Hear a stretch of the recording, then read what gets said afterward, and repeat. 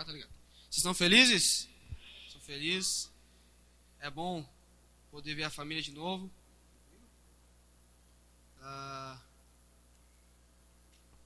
Nós estamos terminando a obra lá em Capão da Canoa. Deixo aqui o abraço do pastor Marcelo, da pastora Jenny, de todo o pessoal do Voz. Estou muito feliz de estar aqui com vocês. Sou muito grato a Deus. Amém? É bom estar em casa. Antes de eu começar, feche seus olhos um pouquinho ainda em pé. Vamos aproveitar que estão em pé. Feche seus olhos. Se desligue agora de tudo agora. Quero pedir para você, incentivar você a esquecer quem está do seu lado. A esquecer o dia de hoje. Começar a se desligar de tudo agora. Em nome de Jesus, Pai.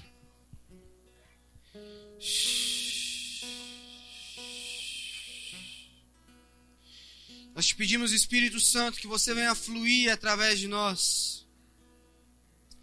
Nós te pedimos, Espírito Santo, que você venha fluir, Espírito Santo. Assim como o seu trono, Jesus, nós pedimos que águas que purificam, águas que lavam, águas que curam, Jesus, comecem a fluir do seu trono e comecem a encher essa casa, Espírito Santo de Deus. Jesus, nós te pedimos e te convidamos, assim como você foi convidado para aquele casamento, nós te convidamos. Vem nesse ambiente, vem estar conosco, vem ministrar o nosso coração, Jesus. Nós estamos ansiosos pela sua presença, nós temos desejos do Senhor, assim como a corça anseia pelas águas, Jesus. Nós ansiamos pela sua presença. Nós te pedimos, vem sobre nós, Pai. Não somente com uma emoção, não somente com um arrepio em nosso corpo, mas vem sobre o nosso espírito, Jesus. Transborda a nossa alma, a ponto que sejamos transformados em Ti. Jesus, nós repreendemos agora pelo nome do Senhor, que toda a ação do inferno, Jesus, seja repreendida em nome de Jesus. Nós damos uma ordem agora para que o inferno recue em nome de Jesus. Que todo espírito de distração seja retirado desse ambiente e que somente a glória do Senhor esteja presente. Onde você está, eu gostaria que você colocasse a mão no seu coração e você repetisse uma oração comigo. Diz assim: eu ordeno, em nome de Jesus, que a minha alma se cale agora. Eu ordeno, pelo nome de Jesus, que toda seta do diabo na minha mente caia por terra agora, em nome de Jesus. Eu entrego as minhas vontades ao Espírito Santo. Eu declaro que eu tenho a mente de Cristo e somente a voz dele vai me guiar. Em nome de Jesus. Amém. Amém? Vocês estão comigo? Pode sentar aí no seu lugar. Pode sentar aí.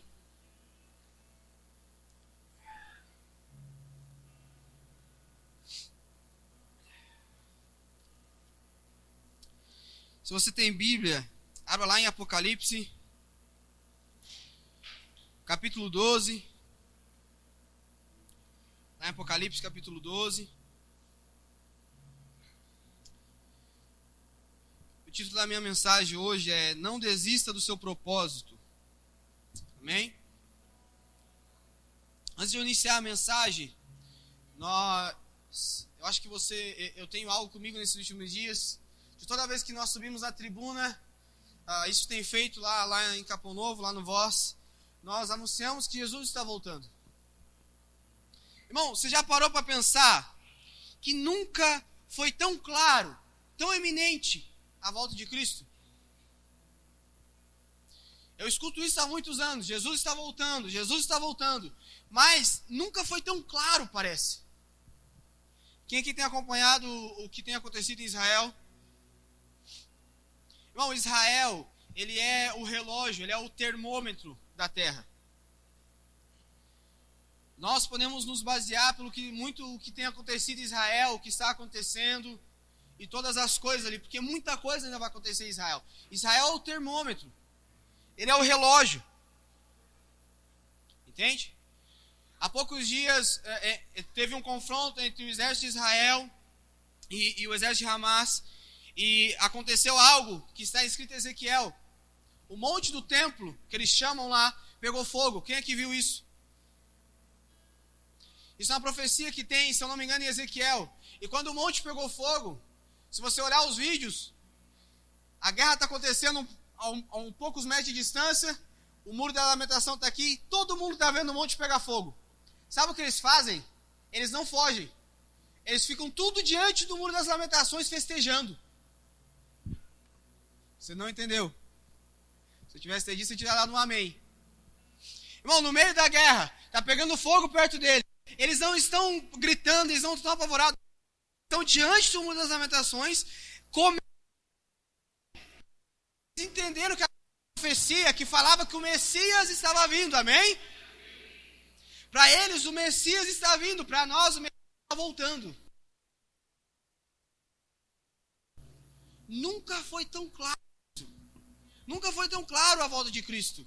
Nunca foi tão evidente. Sabe? Sinais, maravilhas, tantas outras coisas têm acontecido. A igreja, eu conversava com o bispo, nós precisamos como igreja entender os ambientes proféticos que nós vivemos. Entender o que Deus está fazendo. Irmão, existe, veio veio para o Rio Grande do Sul, ele estava em Capão na Canoa, saiu de Capão na Canoa e foi ali para o Godói, em Gravataí. Posso Maurício Godói, no Caroz. Daqui a pouco está vindo outro americano, evangelista, profeta também, está vindo para o Rio Grande do Sul. Bom, você acha que tanto homem de Deus, que carrega o peso que carrega, que tem a dimensão espiritual que tem tanta coisa com Deus, vai vir para cá assim, do nada? Não.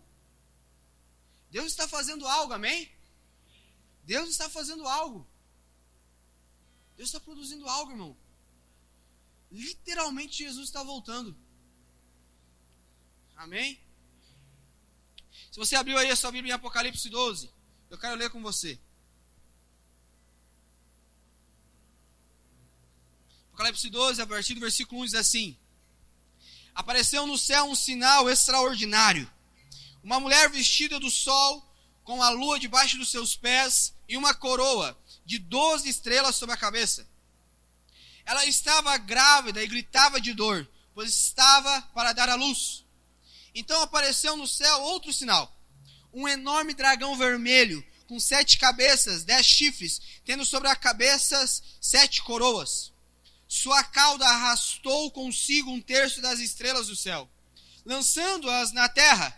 O dragão pôs-se diante da mulher que estava para dar à luz, para devorar o seu filho no momento em que nascesse. Ela deu à luz um filho, um homem que governará todas as nações com cetro de ferro. Seu filho foi arrebatado para junto de Deus e do seu trono. A mulher fugiu para o deserto, para um lugar que havia sido preparado por Deus, para que ali a sustentassem durante 1260 dias. Houve então uma guerra nos céus. Miguel e seus anjos lutaram contra o dragão e os seus anjos revidaram, mas estes foram suficientemente fortes e assim perderam o seu lugar nos céus. O grande dragão foi lançado fora. Ele é a antiga serpente chamado Diabo ou Satanás, que enganou o mundo. Todo ele e os seus anjos foram lançados na terra. Então ouvi uma forte voz dos céus que dizia: agora veio a salvação, o poder e o reino do nosso Deus. A autoridade do seu Cristo, pois foi lançado fora o acusador dos nossos irmãos, que os acusa diante do nosso Deus, de dia e de noite. Eles venceram pelo sangue do Cordeiro, pela palavra do que deram. Não amaram a própria vida, portanto, celebrem-no, ó céus, os que neles habitam. A terra terra e do mar, pois o diabo desceu até vós. Ele está cheio de fúria, pois sabe que lhe resta pouco tempo. Quando o dragão foi lançado à terra, começou a perseguir a mulher que dera à luz o menino. Foram dadas à mulher 2 asas da grande águia, para que ela pudesse voar para o lugar que lhe havia sido preparado no deserto, onde seria sustentada durante um tempos e meio tempo, fora do alcance da serpente. Então a serpente fez jorrar da sua boca água como um rio para alcançar a mulher, arrastá-la com certeza. Lindo o rio que o dragão fizera jorrar de sua boca. O dragão irou e saiu para a guerra contra o restante da sua descendência. Os que obedecem os mandamentos de Deus se mantêm fiel ao testemunho de Jesus.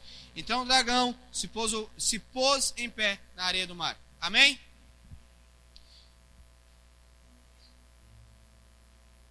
Eu quero usar esse texto como base e para simbolizar algumas coisas aqui. Amém? Esse texto ele é muito escatológico, ele fala uma série de coisas de escatologia, ele é muito profundo, mas eu não quero me aprofundar tanto nisso. Eu não quero me deter esse texto nisso, amém? Eu quero usar ele como uma tipologia aqui, para que nós possamos entender algumas coisas que Deus requer de mim e de você. Quantos me entendem? Amém? Olha só. Primeira coisa que eu quero falar com você é sobre o que a mulher estava vestindo. Versículo 1 diz assim: apareceu no céu um sinal extraordinário, uma mulher vestida de sol, com a lua debaixo dos seus pés, e uma coroa de 12 estrelas sobre a cabeça. Bom, toda vez que a Bíblia vai falar de mulher, ela está representando a igreja, a noiva de Cristo.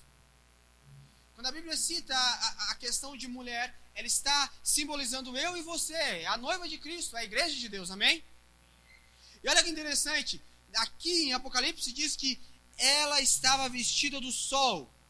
Ele me dá 3 elementos aqui. Ele fala do sol, ele diz que a lua estava debaixo dos pés, e na coroa dela havia 12 estrelas. A Bíblia vai dizer que a terra está cheia da glória de Deus. Mas para que a terra possa ver a glória de Deus, precisa ser manifesta a glória de Deus, amém? Você me entende isso? E como que a glória de Deus se manifesta? Se Isaías diz que a terra está cheia dessa glória, então como que a glória de Deus se manifesta se nós vivemos um tempo de pandemia, se nós vivemos um tempo de caos? A glória de Deus se manifesta através de mim e de você. É por isso que Apocalipse diz, olha, ela está vestida do sol, ela tem um brilho diferente, ela tem uma luz que ilumina toda a terra, ela está vestida de glória de Deus. Existe uma vestimenta naquela mulher de glória de Deus, onde ela ilumina tudo que está à sua volta. Amém? E depois ele diz que, olha, a lua está debaixo dos pés dela. Ele está dizendo, olha, as trevas, a escuridão, o mal, está debaixo dos pés delas. E ainda vai dizer que na coroa dela havia 12 estrelas. 12 na Bíblia, ela fala de governo. Ela está dizendo, olha, sobre a cabeça dela tem uma autoridade para governar. Amém? Assim é o que somos eu e você. Ó, o Salomão estava pregando junto com o pai dele hoje, ó. Assim somos eu e você. O que Deus requer de nós é que nós manifestamos a glória dele. Só que muitas vezes nós não estamos em luz, nós estamos em escuridão. E como que eu manifesto a glória de Deus se eu estou sendo escuridão? Como que eu manifesto a glória de Deus se eu não tenho luz para dar? Mas Deus, olha só, eu não tenho luz para dar, mas Deus está dizendo que eu tenho. Eu não tenho, mas Deus está dizendo, você tem. Irmão, Deus colocou uma coroa em cima da sua igreja e diz, governe sobre eles. quem muda a história do lugar é a igreja. A gente tem que entender isso. Quem muda a história das coisas é a igreja. Não existe, se você for em qualquer órgão público, se você for ver qualquer órgão hoje, não existe órgão que mais influente no meio da sociedade que a igreja. A igreja influencia todas as áreas. E a igreja tem poder para isso. Você pode pegar todas as ONGs que existem no Brasil. Nenhuma ajuda mais do que a igreja brasileira. Porque não são igrejas, é a igreja, é uma só. Pode ser várias casas, mas é uma igreja só. Não existe. Então Deus colocou sobre nós duas coisas. Ele colocou a sua glória, Ele colocou o brilho dele dentro de nós, para que nós possamos manifestar isso. E Ele colocou governo sobre nós. Ele diz, olha, vocês têm autoridade para governar. E Ele diz, olha, as trevas estão debaixo dos seus pés. Vocês têm autoridade sobre elas. Por que nós não caminhamos em cima dessa autoridade? Olha para o irmão que está ao seu lado e diz assim, não dá mais tempo de você ir embora. Diz para ele assim, não temas como fugir. Aí olha para o outro irmão e diz assim, depois a mensagem vai ficar melhor. Tá bom? Cara, mas por que nós não governamos? Vamos voltar para a mensagem. Por que nós não governamos as trevas que tem em nossa volta? Por que nós não assumimos esse lugar de governo dentro dos lares? Sabe o que tem faltado nas casas hoje em dia? Sacerdócio. Tem faltado sacerdócio de homens dentro de casa. Tem faltado. Homens que não governam a sua casa. Irmão, se você não governar a sua casa vai para onde? A Bíblia diz que é dever do homem dar direção para o seu lar. A Bíblia diz que é dever do homem ser o sacerdote. A Bíblia diz que é dever do homem fazer isso. Na minha casa, quem dá a palmada dos meus filhos sou eu. Não existe. É bem assim. Sabe o que tem faltado hoje em dia dentro da igreja? Sacerdócio. Nós colocamos toda a responsabilidade em cima de um pastor e diz, vai lá, trabalha, pastor. Ei! Vai lá, pastor. Mas nós não assumimos o nosso lugar de sacerdócio. E Jesus disse que Ele quer um reino de reis e sacerdotes. Irmão, tem crente que tem mais medo do diabo do que de Deus. Não dá para entender isso. Tem crente que tem mais medo do diabo do que de Deus.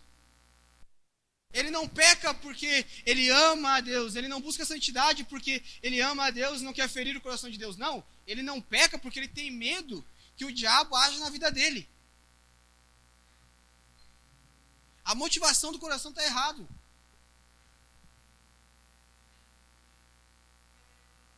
Entende isso? Deus nos vestiu de glória. Deus colocou o governo em nossas mãos. Deus diz, olha, governe sobre isso. Vocês têm autoridade sobre isso. Exerçam essa autoridade. Por que nós ainda admitimos estar em trevas? Por que nós admitimos ainda o bairro continuar do mesmo jeito? A cidade continuar do mesmo jeito? Não. Deus nos chamou para algo maior, não chamou? Amém? Amém ou não amém? Deixa eu voltar para meus bolsos para não fugir demais, antes que eu esqueça.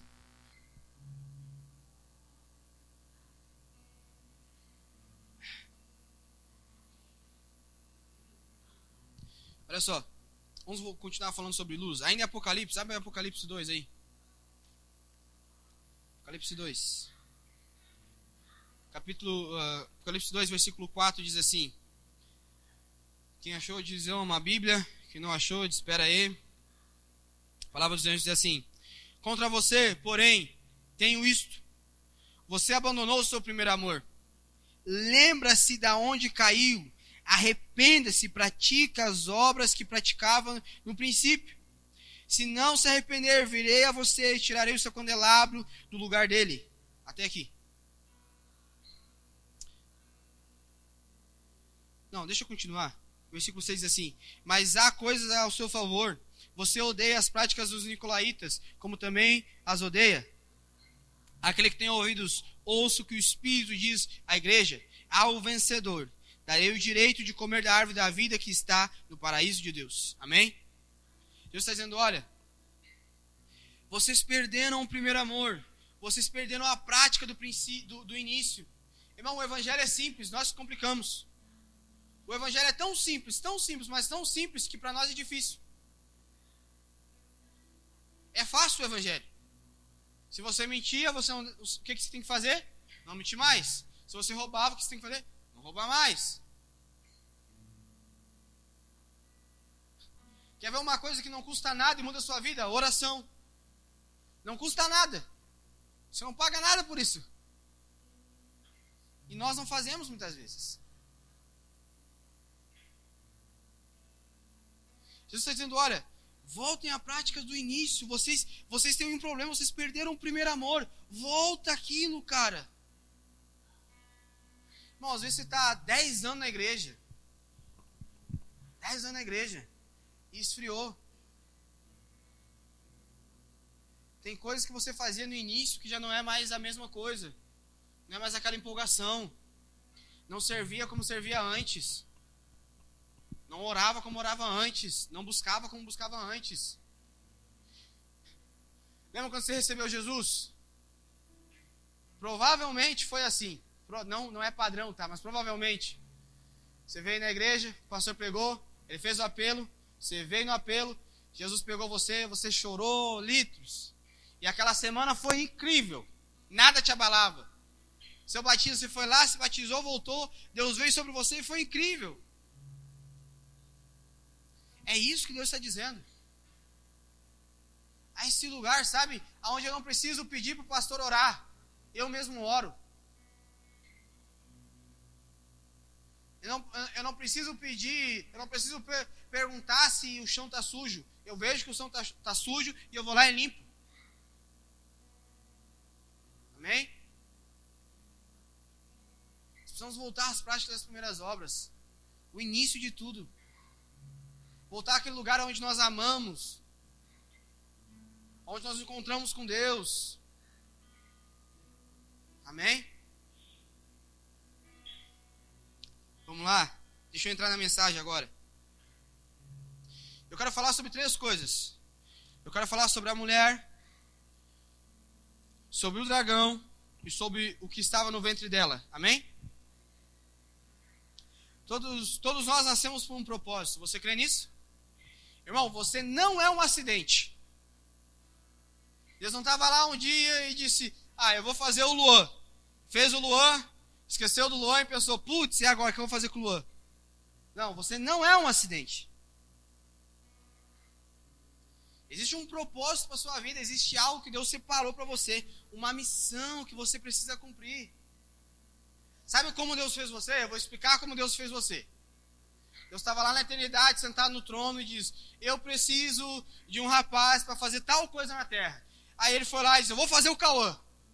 Ele pegou o Cauã, ele desenhou o Cauã, ele colocou dons, ele colocou talentos e depois o Cauã nasceu. Já com algo para se fazer, já com um propósito, já com alguma coisa pronta para se fazer. Só que cabe a nós buscar esse lugar, saber o que Deus quer de nós, saber qual é esse propósito que nós temos, amém? Entende isso? Nós nascemos com algo a mais. Irmão, eu duvido que você vai gostar daquela vida comum. Você nasce, eu já falei isso aqui umas 10.000 vezes, quem já ouviu vai ouvir de novo. Você nasce, aí você cresce, você trabalha, você tem filho, você cria os filhos, você cria os netos, e depois você morre. Você não acha isso raso demais? Bom, Deus criou os céus e a terra, sim ou não? Deus abriu o mar vermelho, sim ou não? Deus, quando Elias estava diante dos ofertas de Baal, ele fez descer fogo do céu, consumiu o holocausto, sim ou não? Deus, ele ressuscitou Jesus dentre os mortos, sim ou não? E esse Deus quanta maravilha habita em mim e você. Amém? Esse Deus de tamanha grandiosidade, que criou os céus e a terra com o poder da sua palavra. Ele nem desceu do trono. Ele habita entre mim e você. Irmão, se Deus tem poder de ressuscitar uma pessoa dos mortos, como ele fez com Jesus, você acha que Deus não tem poder para levantar você? É uma matemática que não bate, amém? Não tem lógica isso. Não tem lógica. Deus, ele nos fez, como eu falei antes, ali a mulher, ela é a representação da igreja, de um corpo, de alguém que se encontrou com Deus e começou a ouvir a Deus, ter relacionamento com Deus. E dentro dela havia um fruto. Dentro dela havia um fruto. Nos primeiros versículos nós vamos ver que esse fruto é Jesus, a qual ela deu à luz e salvou o mundo, amém? O nosso propósito, nós temos um propósito de vida individual. Nem todo mundo nasceu para ser pastor de igreja. Não é que você vem na igreja que você nasceu para ser pastor de igreja. Não. Tem muito pastor de igreja que não nasceu para ser pastor de igreja. Há poucos dias eu fiquei sabendo de um que já fechou e abriu 5 igrejas. Ele fecha, ele abre e fecha. Abre e fecha. Abre e fecha. Sem chamado, sem propósito. Nem todo mundo nasceu para estar aqui com o microfone na mão. Talvez Deus chamou você para ser um grande empresário. Talvez Deus chamou você para ser um grande padeiro. E dentro da padaria você vai fazer coisas e Deus vai te usar para ganhar pessoas. Só que todo o nosso propósito individual, ele acaba em um propósito coletivo, que é ganhar almas para Jesus. É salvar as pessoas, levar as pessoas à salvação. Amém? Todo propósito, em nosso propósito individual, ele se junta com o propósito coletivo de igreja, a qual nós nascemos para salvar as pessoas, tirar as pessoas do inferno e levá-las a um reino de luz. Amém? Deus fez você com algo maior, cara. Deus fez você com algo maior. Ah, você deve estar pensando aí, porque provavelmente isso vem na sua mente agora. Mas eu não consigo. Eu não sei, eu já sou velho demais, ou eu sou novo demais, ou eu não tenho estudo, eu não sei. Deixa eu te contar uma história. Davi, ele entra ele está fugindo de Saul, e ele entra numa caverna, caverna de Adulão. Lá, só tinha quem não prestava. Só tinha quem a sociedade rejeitou. Sabe o que a Bíblia fala sobre eles? A Bíblia diz que eles se tornaram os valentes de Davi. Se você for ler os feitos desses homens, é incrível. A Bíblia conta que um deles lutou, não sei contra quantos homens, que a espada se junta à mão dele, que parece que é um só. Homens que eram fiéis a Davi, homens que eram servos, homens que eram homens de guerra. Eu oro para que Deus te levante essa noite como um homem, uma mulher de guerra. Sabe? Bom, Deus escreveu, dentro daquela mulher, como estava em Apocalipse, tinha um fruto, tinha um ventre que ia salvar toda a humanidade. Dentro de você, você mesmo. Você, improvável, que ninguém quis, que tem depressão, que não sabe nada, que não sabe ler, que não sabe escrever, que tem idade demais ou que é novo demais. Dentro de você que talvez ainda não se libertou do cigarro. Dentro de você que peca todo dia. Dentro de você, Deus colocou um chamado, um propósito, e ali dentro tem todos os dons, todos os talentos, tudo que você precisa para fazer algo incrível na mão de Deus, amém? Esse amém tá fraco, hein? Deve ser o frio, bispo, é o frio.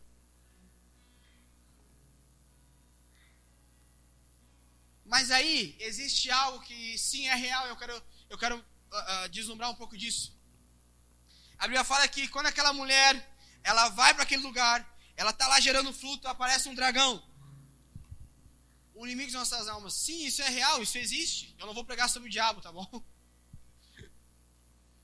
Mas isso existe, é real. Bom, eu digo para os meninos lá, hoje eu e a Jéssica lideramos, a Jéssica minha esposa, está lá atrás, eu não apresentei ela, para quem não conhece. Linda, maravilhosa, está lá atrás. a gente lidera os jovens lá, e eu digo para eles, todo cristão precisa fazer uma libertação. Todo cristão. Você não faz libertação porque você é super ungido. Você faz libertação porque o nome de Jesus está acima de todo nome. Porque ele é bom, porque a autoridade está acima dele. Eu digo para os meninos, olha, a hora que alguém se manifestar na igreja, você tem que ser o primeiro a botar a mão na cabeça. Porque é real, isso existe. Não, existe sim algo que o inimigo tem feito nesses dias para parar o propósito meu e seu. Sabe aquela frase a qual as pessoas dizem que Deus tem pressa no seu chamado?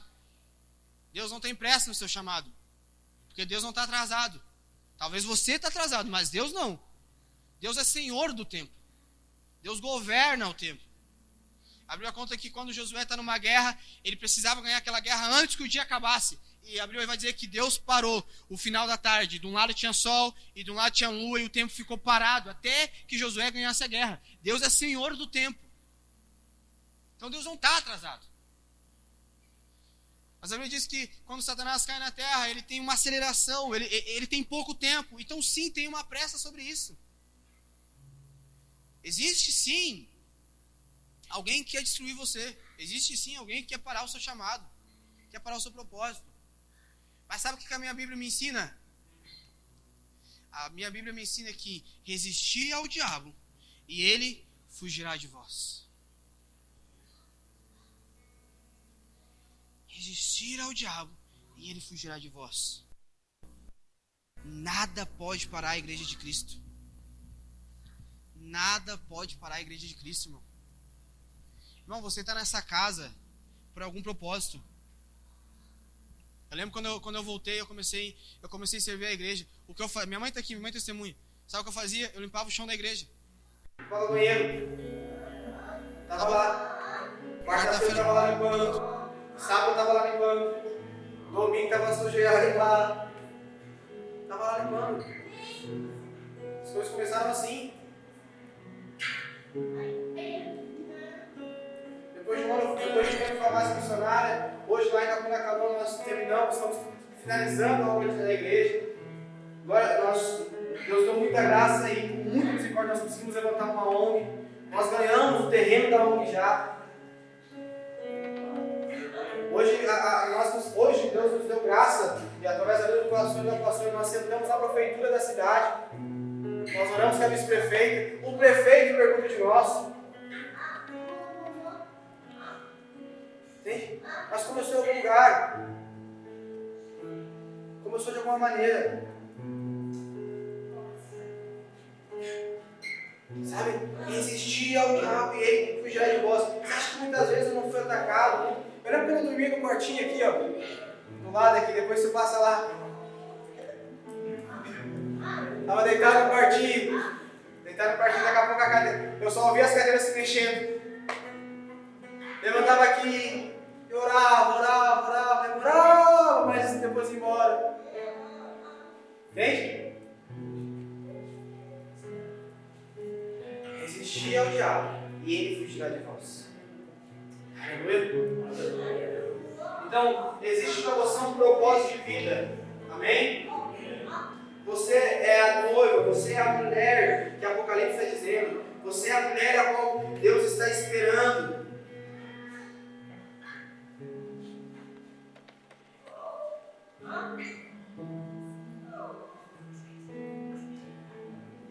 Olha só, Tiago 2,17 diz que uma fé sem obras ela é morta. Então, sabe o que é Tiago 2,17? Se você quiser anotar a referência, eu quero ganhar tempo. Tiago 2,17 diz: se você, uma fé sem obras, ela é morta. Ela não está dizendo, Tiago está dizendo de um homem que não tinha fé. Tiago está dizendo de um homem que tinha fé, mas não tinha obras e a fé dele morreu. Bom, talvez você é cristão, e se você não é cristão, já pega o seu espírito isso aí. Se você é crente há muito tempo, se você começou hoje, pega esse seu espírito. Se você não tem frutos, se você não tem obras, sua fé é morta.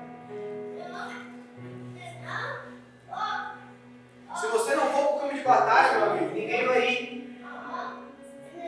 Uma fé sem obras é morta. Nós, como igreja, eu acredito que eu esteja falando para cristãos maduros dentro da casa, amém? Nós, como igreja, precisamos parar de reclamar um pouco. Tudo está errado. Tudo está errado. Nós reclamamos da igreja, nós reclamamos da nossa casa, nós reclamamos da esposa, do marido, dos filhos. Tudo está errado. Nós murmuramos demais, irmão. Nós viemos na igreja, olhamos e dizemos, nossa, olha lá, tá no tapete, não tá? O bispo vem aqui e prega. Aí a palavra de Deus. Só que você está ranzinza. Aí você sai do culto, entra no carro e diz assim, nossa, palavra chata. Não é a palavra que é chata, você quer estar ranzinza. Bom, no mesmo culto, tem pessoas que recebem muito de Deus, tem pessoas que não recebem nada, com o coração fechado, duro, um coração que a fé já morreu, não tem obras, não tem frutos. Quem você evangelizou essa semana?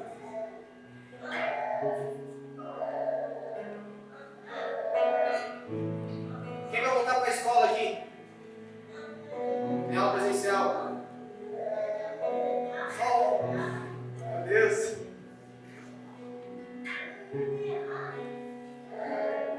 Sabe quem nós vamos ser dentro da escola? Quem nós vamos ser dentro do trabalho?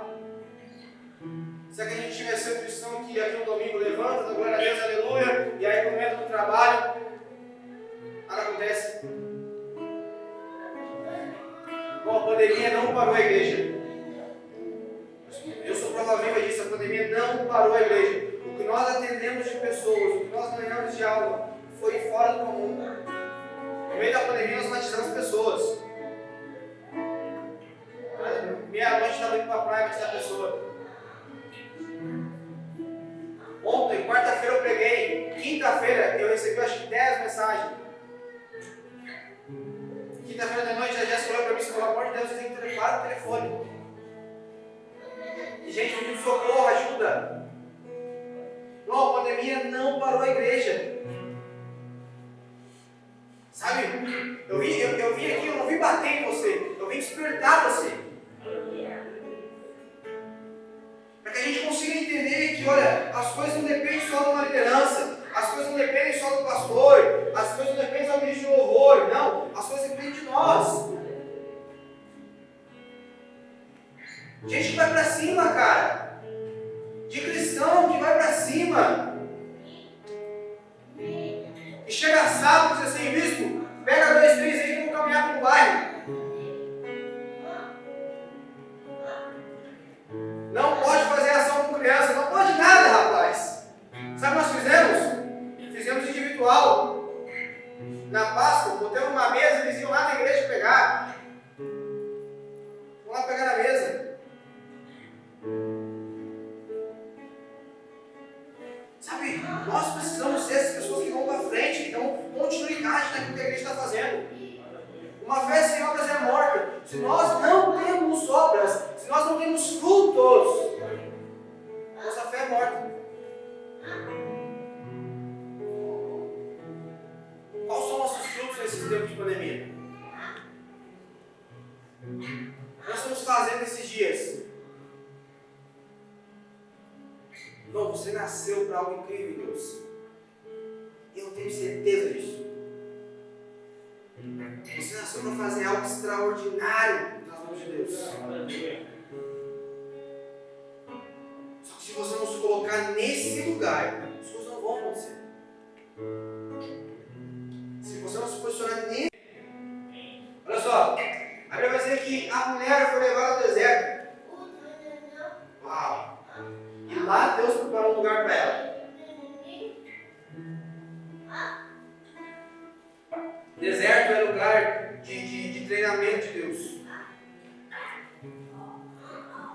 Você vai dizer assim, não, eu sei tudo isso que você falou, e eu tenho obras, eu tenho frutos, mas está difícil. Está complicado. Deserto, irmão, é lugar de treinamento de Deus. Deus te leva para o deserto, mas não para matar você.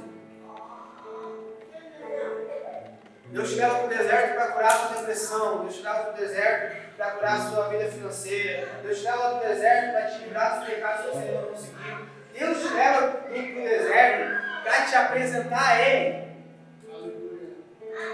Bom, Jó, a Bíblia diz que Deus começa a falar de Jó para Satanás e ele diz, olha, está vendo o meu servo Jó? Ele é incrível. Ele é fantástico. Mas depois, no final de Jó, Jó vai fazer a seguinte declaração: eu te conhecia de ouvir falar, mas hoje os meus olhos te veem. Irmão, Jó não conhecia Deus de ver a Deus. Jó conhecia Deus de ouvir falar de Deus. E ele era tão incrível que Deus já falava dele no céu. O homem que só conhecia Deus de ouvir falar de Deus, ele conseguiu fazer tanta coisa que Deus lembrou dele.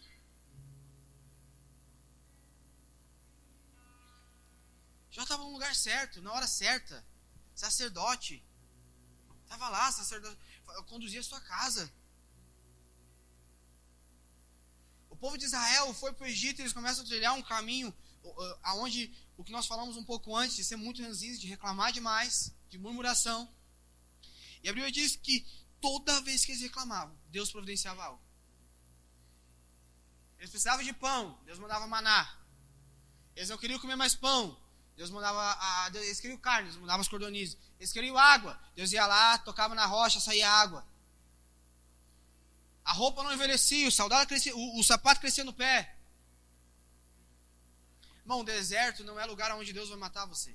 Deserto é onde Deus vai providenciar todas as coisas para você. Deserto é o lugar onde Deus vai levantar você. Jesus é o maior exemplo de um homem no deserto. A Bíblia diz que ele chega diante de João Batista batiza ele.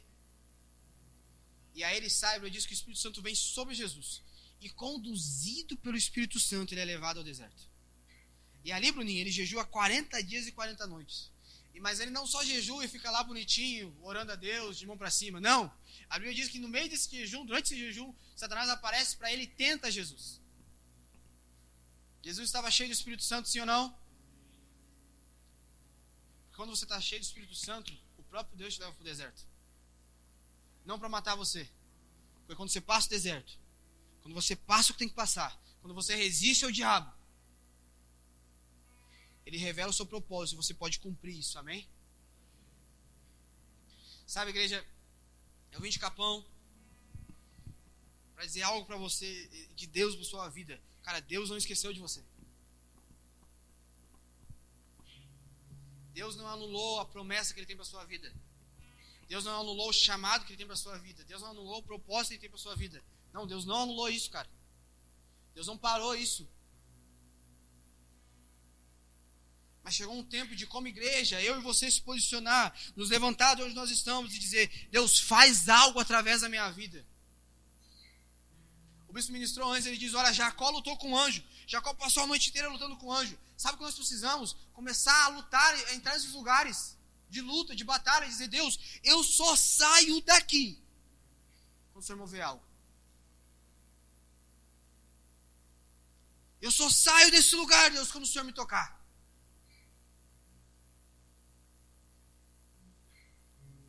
Amém?